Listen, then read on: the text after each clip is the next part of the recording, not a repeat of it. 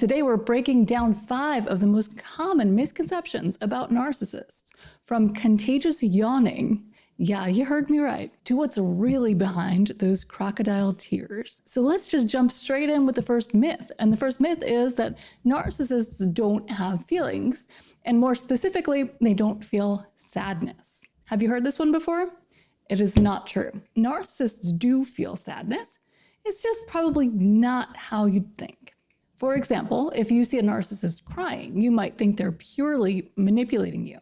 And that could be the case, or they could actually be sad. But don't mistake the sadness as a form of remorse. Sadness and remorse are not the same thing. When a narcissist cries, it is almost exclusively about themselves and their own pain.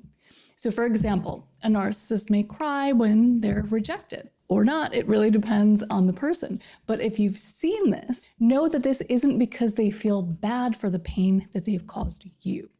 They're feeling bad for the pain of losing your attention, losing your supply. Or they might be straight up manipulating. But either way, it doesn't have to be your problem. So even if it looks and feels really real, just think of it as their own little pity party. And this little pity party can happen whenever a narcissist is forced to face consequences for their abusive behaviors. And that can make you feel bad and want to help, but don't fall for it. If you know someone is highly narcissistic and lacks emotional empathy, never assume that their tears mean they are sorry. Look deeper into the real reason for their tears. We run into a lot of problems when we make assumptions about what other people are thinking and feeling. And sometimes we might even assume that someone is sorry because they look sorry, but they never actually say the words. And apart from being sad, their actions really don't show that they're sorry at all. So be really careful about this one. And here's a comment from one of you with some sound advice on this subject. Accepting a narcissist's crocodile tears and fake apologies are like giving them the green light to keep on abusing. An apology with ulterior motives behind it doesn't mean anything. The fake apologies are rarely, if ever, congruent with their actions or true intent. And here's another quick yet really insightful comment that drives this point home. Once you realize that you're dealing with a crocodile, you're not going to be put off balance by the dangerous smile or the phony tears. Stay mindful and you won't be startled or distracted when they come at you. And here's the thing, if you take that sadness to mean something other than what it actually does with a narcissist, which is that they are sad for themselves, you can make the mistake of letting your guard down and becoming more vulnerable around them. And eventually, like this commenter says, they're gonna come back at you again. All right, so myth number 2 is one that I've heard from some of you guys in the comments. And that is that narcissists can't feel shame. This is not entirely true. While narcissists do try really hard not to feel shame, they are not completely shame-proof. In fact, they really do feel an intense amount of shame at times, even though they've built up an entire false persona to avoid dealing with that shame. And of course, we know that shame is painful for everyone, not just narcissists. But the difference is that a narcissist refuses to acknowledge their feelings of shame. So when that shame bubbles up, you might see a narcissist rage out or shut down. They can't handle sitting with the feeling long enough to work through it. Instead, they'll usually just project their shame onto others as a way to offload those bad feelings without actually dealing with them. And now I want to answer a question that one of you asked in the comments of a recent video. The question was, how do you feel shame and guilt and not have empathy? And wow, I don't know if this commenter realized this, but this is a really powerful question. And I think a lot of you are probably asking yourself the same thing. But the reason why it's so powerful is because the answer is hidden within the question. You see, shame prevents us from feeling and healing on a deeper level. And it also will stand in the way of you having empathy for others. When we're feeling shame, we're basically obsessed with what's wrong with us. And because shame can be so intense, it doesn't really leave us with the capacity to really even think about what someone else might be going through. And so anyone who carries around a lot of shame is probably going to struggle with empathy. So this might help you understand the connection between shame and empathy. Brené Brown has described connection, like human connection, on a continuum, where empathy sits on one side and shame anchors the other side. And if you look at it this way, it's clear to see that you can't have high levels of both at the same time. And going back to the comment, this commenter asked about both shame and guilt.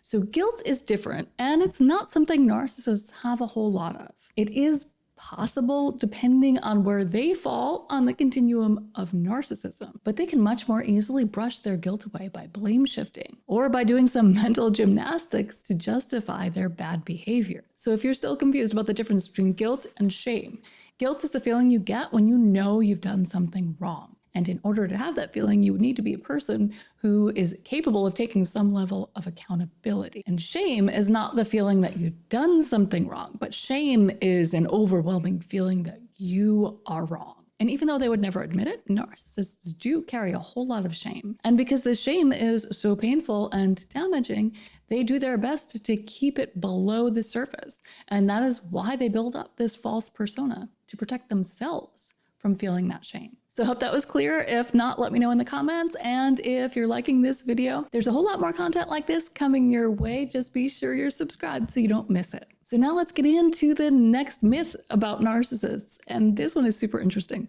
And that is, the myth is that you can spot a narcissist by using the yawn test. And that essentially means that if you're around this person and everyone in the room yawns and they do not, then they do not have what we call a contagious yawn that most of us have. And the interesting part is that that contagious yawn is very much related to our levels of empathy. So I know this myth might sound really out there, kind of like being able to tell a narcissist by their eyebrows, right? But there's more truth to this one than most people would guess. You see, there's some research out there that suggests that it's actually psychopaths who might be immune to contagious yawning, not necessarily narcissists. So if you've been around here for a while, you probably heard me talk about how narcissists lack affective or emotional empathy. But even though I'm sure you've heard that before from me and others, it doesn't mean that they absolutely have no emotional empathy. Psychopaths, on the other hand, are a different story. And a 2015 study found that people who scored high on a psychopathy test were associated with a lower chance of catching those yawns. Is this conclusive evidence? Maybe not. But the information out there about narcissists and these contagious yawns is a little bit conflicting. And my guess on that is that it might have to do with each individual's level of empathy. And also I should mention here that there is some research that links autism to a reduced likelihood of catching these contagious yawns. So does this all mean that we just throw the whole thing out the window? Maybe, maybe not. But listen, if I were around someone who is callous and abusive and constantly doesn't yawn when other people do, I'd be getting myself out of there pretty quickly. And here's a comment from one of you guys on this so-called yawn test. This commenter said, I was thinking that maybe yawning might uncover someone who is low in empathy. Most of us yawn in response. So this comment was left on a video about recognizing low empathy. It wasn't specifically about recognizing narcissism. And so I would say it might be on point. In the absence of another condition like autism, I might take the lack of a contagious yawn if it's present with other signs as a red flag of low empathy. And of course, we're always looking at the person as a whole and not making snap decisions just because somebody didn't yawn when everyone else did. But I think this one is definitely interesting and it gives us a little bit of food for thought. Okay, so now let's move on to the next myth. And that myth is that narcissists hate affection. And this myth just oversimplifies things. Some narcissists can be very affectionate, while others are more cold and distant. So it's wrong to lump them all together as unaffectionate. But there is something that's important to note here. The truth is that narcissists can't really create deep connections.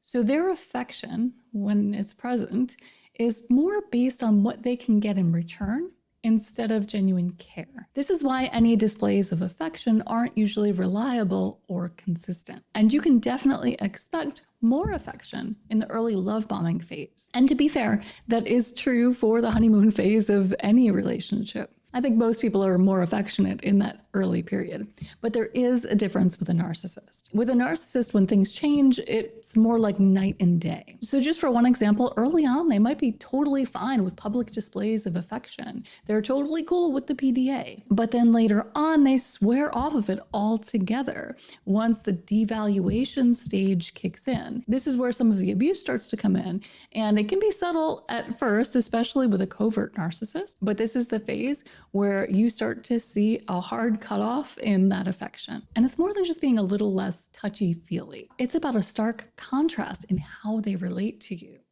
And here's a comment that offers an insightful look on why that public affection might change so drastically. They withdraw public affection because they're cheating and online dating, so avoiding accidental exposure. And that could definitely be the case with any narcissist, because if you're cheating, PDA is a really good way to get found out. So the next myth is a little controversial. It's that narcissists cannot change. And there's a reason why there's a lot of confusion about this. And I think the confusion comes in because most experts agree that there's no cure for narcissism. So if you're a narcissist, if you get diagnosed with narcissistic personality disorder, that's something that stays with you for a lifetime, at least according to most experts. But just because there's no cure doesn't mean that there isn't hope for a narcissist. And I know some of you are hopping to your keyboards real fast right now to give me a piece of your mind. But hear me out before you do. So acknowledging that there is a chance for change, I hope is reassuring for those of you who love highly narcissistic people. There are plenty of people out there who are doing the right thing, but they want to have hope that that person can change and eventually find happiness. Here's the caveat and the danger, and what I know that some of you are hopping to the keyboards to tell me. It's incredibly dangerous to hope that someone who's been abusive to you is going to change, especially when you suspect narcissism. If you suspect this person has narcissistic personality disorder, the hard truth that you need to hear is that you cannot change them, and they will not change because of you. They need to want to change themselves, and they need to come to that decision for themselves and do the work for themselves. There's nothing you can do to help them. And please don't think that change for a narcissist is an easy road. There are plenty of reasons why they do not seek help. And in fact, most experts recommend a minimum of 5 to 10 years of intensive psychotherapy for a narcissist. And even then, change is still difficult. If you have someone like this in your life and you actually care about them, really the best thing you can do is wish them well from a distance. Because unfortunately, most narcissists use the idea of therapy and change as a manipulation tactic, like a carrot they're dangling in front of you to get you to stay. And unfortunately, it goes nowhere. So if you're at the point where you feel like you're ready to go no contact, watch the video that's about to pop up on this screen to get a peek into the future. In this video, I talk through 14 things to expect when you go no contact with a narcissist. And of course, be sure to hit that like button before you go, and I will see you next time.